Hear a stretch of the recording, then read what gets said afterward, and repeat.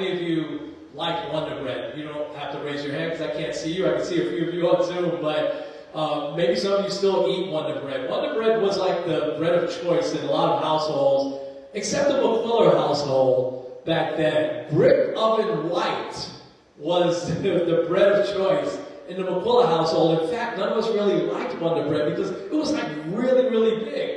You couldn't put like a hamburger in there. If you made a sandwich, you couldn't eat all of it because the bread was so big and thick.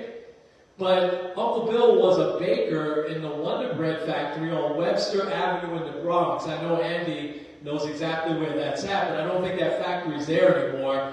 But it was maybe about 10, 15 minutes away from where we grew up at. So Uncle Bill, maybe every week or once every other week, a couple of times a month, he would knock on our door and he would have leftover bread. And he would bring 5 loaves of Wonder Bread to our house.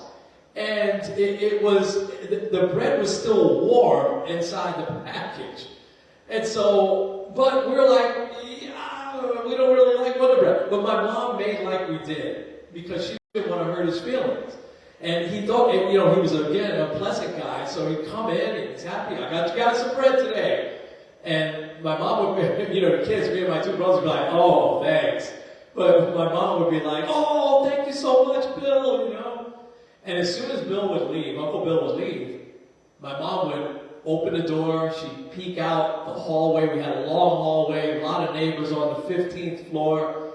And she'd look out and say, okay, he's gone. She would take the bread. No, she didn't throw it out. She would knock on the doors of the other apartments.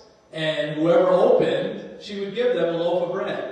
And they were like so appreciative. And my mom took full credit for it, by the way. Said, oh, I've got extra bread for you here, She didn't say, oh, it's my Uncle Bill that did it. That's a whole other story. But, he did that for years. And at some point he got laid off from that factory. But that stands out as a memory because there was a core of him that was very kind. Here's the other thing, and this will lead into the message.